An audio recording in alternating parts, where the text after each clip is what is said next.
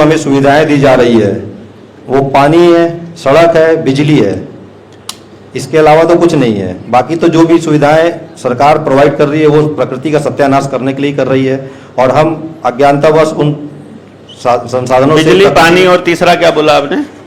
बिजली, पानी और सड़क। बिजली, पानी, ये भी सत्यानाश करके ही बनता है। हाँ, लेकिन पहले तो क्या है, कुछ ऐसी सड़कें थी जो कम से कम पानी को नीचे ले जाती थी। आज तो सड़कें ऐसी बन गई पानी नीचे जाता ही नहीं है।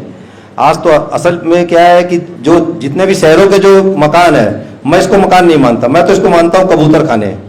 यानी इंसानों ने शहर में कंक्रीट के जंगल बना लिए। ये कंक्रीट के जंगल नहीं, कबूतर खाने हैं जिसमें इंसानों के दम घुट के मर जाने और हाथ कुछ नहीं आने हैं। क्योंकि जब से चली गई है असल जिंदगी में इंसान के जीवन से झोपड़ी, 24 घंटा इंसान की गर्म रहने लगी है खोपड़ी। 100 साल जीने वाला 50 साल में ठंडा हो जा रहा है, लेकिन खोपड़ी ठंडी नहीं हो रही है और खोपड़ी फट जा रही है गर्मी से। खोपड़ी गर्मी से ही आदमी चाह रहा है आज, क्योंकि वास्तविक जिंदगी, सच्ची और अच्छी जिंदगी जीना भूल चुका है। केवल झूठ और दिखावे की जिंदगी जी रहा है। जैसे आपने बताया कि एक दूसरे को देख के जी रहे हैं, एक दूसरे को देख के कॉपी कर रहे हैं। सच्चा काम करने के लिए ताकत नहीं बची और झूठा काम करने की होड़ मची हुई है। तो कुछ लोगों ने, हमारे मित्रों ने ऐसा भी सोचा है कि भाई यहाँ से इन सब व्यवस्थाओं से कट के 10-20 एकड़ किसी जंगल में जाके ले लिया जाए, वहाँ 10-20 परिवार चले जाए। प्राकृतिक रूप से जो ऐसा जीवन पहले होता था कि खेती की और रिसाइकल होता था, उसी पद्धति से जीवन जिया जाए और कुछ अच्छा और सच्चा करने का प्रयास किया जाए। तो क्या इस क्षेत्र में मतलब इस रास्ते में आगे जाना चाहिए? देखिए, आपको क्या करना चाहिए ये मैं तय नहीं कर सकता और कोई किसी दूसरे आदमी को इसके बीच में बोलने का कोई अधिकार नहीं है।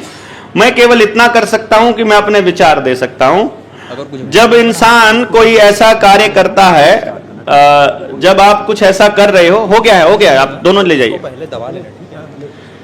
जब आप कुछ ऐसा करने जा रहे हो जो जिसमें मौजूदा व्यवस्था से पीछा छुड़ाना है, जो आप कर रहे हो, मैं इसे जो आप कह रहे हो ना, ये मुझे ऐसा दिख रहा है जैसे आप समस्या से भागकर जंगल में जा रहे हो। मुझे भी ये जीवन अच्छा नहीं लगता है, मोबाइल वाला, गाड़ियों में चलना, ट्रैवल करना। मुझे मालूम है ट्रैवल करने से शरीर खराब होता है। मैं प्रकृति के बहुत करीब रहना चाहता हूँ। मैं शहरों में, जहाज़ों में घूम घूम के थक चुका हूँ, मुझे नहीं जाना है। फिर भी मुझे ये इस्तेमाल करना पड़ता है क्योंकि मुझे अगली पीढ़ी को कुछ संदेश देना है, तो मुझे उसको लड़ने के लिए कुछ सिखाना है। तो मैं भाग नहीं पा रहा। मतलब मैं अपने गाँव में वापस जाना चाहता हूँ, लेकिन गांव में जाने से पहले मैं गांव को वैसा बनाने की दिशा में चल रहा हूं। फिर सोचा हूं कि अपना गांव बनाऊंगा तो बाकी के गांव नहीं बना पाऊंगा, बाकी के गांव में संदेश नहीं दे पाऊंगा। बाकी के गांव में जाऊंगा तो फिर अपने बच्चों को किस तरह से, तो बच्चे को भी उस लायक बनाने के लिए वहां पर, क्योंकि गांव में मेरे पास वहां कोई सुविधा मैंने खड़ी करी ही नहीं है अपने गांव में, तो मेरी गलती है। तो बहुत सारी चीजों की और बहुत सारी मजबूरियों को ध्यान में रखते हुए हमने ये निर्णय लिया कि भैया जिस तरह से आज हम जो कर रहे हैं उसका भुगतान हमारी अगली पीढ़ियों को करना पड़ेगा। आज जो भी सरकार से हम फ्री में ले रहे हैं, हमारे बच्चों को उसकी कीमत अदा करनी पड़ेगी, सूद समेत। मतलब आप ये समझ के चलिएगा। तो जो हमारे बड़ों ने किया या नहीं किया, उसका हमको भुगतना पड़ रहा है। भाई, मेरे गांव में स्कूल नहीं था या जब रोजगार वहां नहीं था तो मेरे बुजुर्गों ने उस पर चर्चा नहीं की, जिसकी वजह से मुझे गांव छोड़ना पड़ गया। गांव छोड़ा तो अब मैं गांव छोड़ गया, तो मेरी बड़ी पीढ़ी की गलती थी वो। अब दूसरा रास्ता यह बचता है कि अब मैं उसको भी छोड़ करके कहीं और जंगल में चला जाऊं, वो भी फिर इसका मतलब मेरी अगली पीढ़ी कहां जाएगी। और वो जो आदमियों ने आज मेरा गांव खराब कर दिया, गांव तो मेरा था ना वैसा ही जैसा आप कह रहे हो, हर गांव के पास अपना जंगल था, हर घर के पास अपना पेड़ था, इतने फ्रूट के इतने पौधे थे, मतलब फलों के गांव के अंदर, और इतनी सब्जियों के पौधे आपके घर के आसपास मिलते थे कि पूरा पेट भर के, जामुन का टाइम आया है तो हर घर में जामुन ही जामुन है। रिश्तेदारों को भी भेज रहे हैं, रिश्तेदार कह रहे हैं पहले से ही पड़ी है। अमरूद का टाइम आया तो अमरूद पड़ोसियों के भी खूब है, अपने भी खूब है, रिश्तेदारों को भेजो, बोले यार हमारे पास पहले से ही खूब है। मतलब सबके पास खूब हो रहा है और हम देने पे लगे पड़े हैं। वो प्रोसेस को छोड़ करके हम शहर में चले गए, अपना गांव बर्बाद करके। अब कोई 10 एकड़ आबाद करोगे, कल को उसको बर्बाद करने में कितना टाइम लगेगा। अगली पीढ़ी को समझ दे दी, गांव को समझ दे दी, तो जो खराब हुआ उसको ठीक भी कर लेंगे। जो कंक्रीट का जंगल गांव ने बना दिया है, अब पक्के मकान में मन नहीं लगता है। झारखंड में थे हम लोग, कल के यात्रा की बता रहा हूं मैं, परसों भी वहीं थे, 2-3 दिन का ट्रेनिंग प्रोग्राम था। वहां आदिवासियों के इलाके में चले गए, उनके गांव में जब हम गए तो एक ही परिवार ने 2 मकान बनाए हुए हैं, एक कच्चा है, एक सीमेंटेड है। अब वो घर का मालकिन बता रही है हमको कि भैया हमने ना देखा देखी में पक्का मकान बना लिया सीमेंट वाला, अब वहां जाते ही तो दम घुटता है। अब उस जगह का क्या करें, वो तो काम ही नहीं ले पा रहे हैं, तो उसका स्टोर बना दिया। बनाया था मेहमान खाना, उसका स्टोर बना दिया कि ये किसी काम की नहीं है। अभी वो क्योंकि प्रकृति से जुड़े हुए हैं, उनकी सेंसेस चल रही हैं कि वहां असल में दम घुट रहा है, असली जान यहां पर रहने में, असली मजा यहां आ रहा है कि वहां पंखा भी लगा लिया है, उसमें अच्छा नहीं लगता। यहां पंखा नहीं है इसके अंदर, इसमें मजा आ रहा है, ये एकदम शांत और एकदम लगता है कि परमात्मा के बिल्कुल करीब, प्रकृति के करीब। तो अब वो चीज, वो टेस्ट उन्होंने कर लिया दोनों का पैरेलल में। अगर उसने पहले वाला घर तोड़ दिया होता और तब बनाया होता, अब उसे वो नए वाला मजबूरी में करना पड़ता। इसलिए उसने देख लिया, आप लोगों के पास दूसरा ऑप्शन है नहीं, तो इसलिए आप उस टेस्ट को कंपेयर नहीं कर पा रहे, हम लोगों के पास भी नहीं है। लेकिन एक दिन गांव को समझ आएगा, समझाते समझाते गांव वाले बोलेंगे कि भैया देखो हमको ऐसा इंतजाम करना है कि पानी साफ हो, हमारा अपना हो, और नीचे अंडरग्राउंड पानी जाए जब बारिश आए, और साफ पानी ऊपर से आए। तो केमट्रेल भी बंद करानी पड़ेगी अपने को, ये क्लाउड सीडिंग वगैरह भी बंद करानी पड़ेगी। इसके लिए तो पूरा जागरण का अभियान चलाना पड़ेगा। और 10 एकड़ में कौन सा केमिकल वाली बारिश नहीं करा सकते वो, वहां करोगे क्या, कितना बच के भागोगे, किधर भागोगे। समस्याओं से भागने में समाधान नहीं है भैया, एक दिन कभी ना कभी तो समस्या के सामने खड़ा होकर आंख दिखा के लड़ने वाली पोजीशन में आना ही पड़ेगा कि तुम कौन, मतलब उस समस्या से पूछना पड़ेगा तुम्हारी क्या औकात। यार आदमी हम भी कुदरत ने बनाए हैं, परमात्मा ने बनाए हैं, और हमको भी जीने का उतना ही अधिकार है जितना तुमको है। तुम हमारे बॉस कैसे हो गए, तुम हमें कैसे बताओगे कि हमें कैसे जीना है, तुम क्यों बताओगे हमको। तो ये सब बातें करने के लिए इतनी समझ होनी चाहिए कि, मतलब मेरी सलाह यह है कि मैं भाग नहीं रहा हूं, मुझे रास्ता दिखाई नहीं दे रहा कहीं और, क्योंकि जिस जगह पर मैं जाने की प्लान करता हूं मुझे यह दिखता है ये तो वहां भी आ सकते हैं, ड्रोन के जरिए आ जाएंगे, जहाज के जरिए आ जाएंगे, मिसाइल के जरिए आ जाएंगे, बम डाल देंगे, कभी कह देंगे पाकिस्तान के साथ युद्ध हो गया है, अपने ही इलाके जहां जो मान नहीं रहे थे वहां बम गिरा देंगे। मैं सिर्फ अपने आंदोलन को हरियाणा पंजाब तक सीमित क्यों नहीं रख रहा, क्योंकि मेरे को पता है हम पाकिस्तान बॉर्डर पर हैं। आजकल बिल्कुल जीपीएस लोकेशन वाली मिसाइल अवेलेबल है, मेरे मोबाइल में जीपीएस लोकेशन बता रही है कि देवेंद्र इस टाइम पे एग्जैक्ट कहां पड़ा है। उस लोकेशन के हिसाब से आप मिसाइल दागो, अपने घर पे आके गिरेगी। अब सेना को तो एक ही बयान देना है, क्या पाकिस्तान ने मिसाइल दाग दी, युद्ध में मारा गया देवेंद्र बलहारा है कि नहीं। विजय रूपाणी को निपटाया ना कैसे, देखो मुख्यमंत्री को कैसे निपटाया। आयो देवेंद्र बलहारा के निपटाने पे ताली नहीं बजनी चाहिए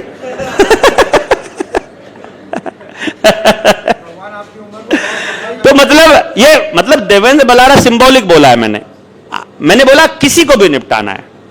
उसने जो जो अपन लोग बैठे हैं यहां, लोकेशन पता लग गई है कि भैया एक काम करो, 30, 31 अक्टूबर और 1 नवंबर को रायपुर के इस वाले लोकेशन पे कितने लोकेशन थी, कौन कौन थे, चेक करो, पता लग गया उनका मोबाइल का लोकेशन पता लग गया तो मोबाइल नंबर पता चल गया, मोबाइल नंबर पता चल गया तो आधार कार्ड से पता लग गया, सारा घर का एड्रेस पता लग गया, घर का एड्रेस पता लग गया तो क्या लग गया पता, सब कुछ पता है। फिर तो कभी लपेट लो भैया, सड़क पे चलते लपेट लो, कभी थाने में लपेट लो, कभी किसी और मुद्दे पे लपेट लो। तो ये सिर्फ बॉर्डर एरिया में नहीं चलेगा, इसके अंदर तो ये होना चाहिए कि बॉर्डर एरिया में गड़बड़ हो रही है तो मध्य प्रदेश खड़ा हो रहा है, मध्य प्रदेश में गड़बड़ हो रही है छत्तीसगढ़ खड़ा हो रहा है। उनको यह समझ में आया कि तुमने तो ये बांटे थे राज्यों में, तुमने तो राज्य बांटे थे, ये कौन सी शक्ति आ गई जो इनको जोड़ने चल पड़ी दोबारा से एक भारत बनाने की दिशा में। हम वो बॉर्डर तुम रखो, उनके राजनीतिक बॉर्डर होते हुए हम भारत को पूरा भारत बना सकते हैं दोबारा से, फर्क रहने ही नहीं देंगे हम छत्तीसगढ़ में और हरियाणा में। लो भैया बन गया परिवार एक, टेंशन खत्म।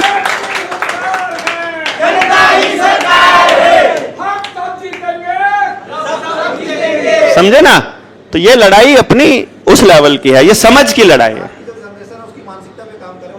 आज की जनरेशन की मानसिकता पे काम करने की जरूरत है, लेकिन उस मानसिकता पे आप कोई काम नहीं कर पाएंगे। जो ये लोग हैं ना, जितने यहां बैठे हैं, ये सब थोथे चने हैं। मतलब मैं अपने समेत बोल रहा हूं, अपन लोग, क्योंकि हम सब में से 40 पार के लगभग हो गए हैं। ठीक है, ज्यादा से ज्यादा 10 साल चलने की हिम्मत है।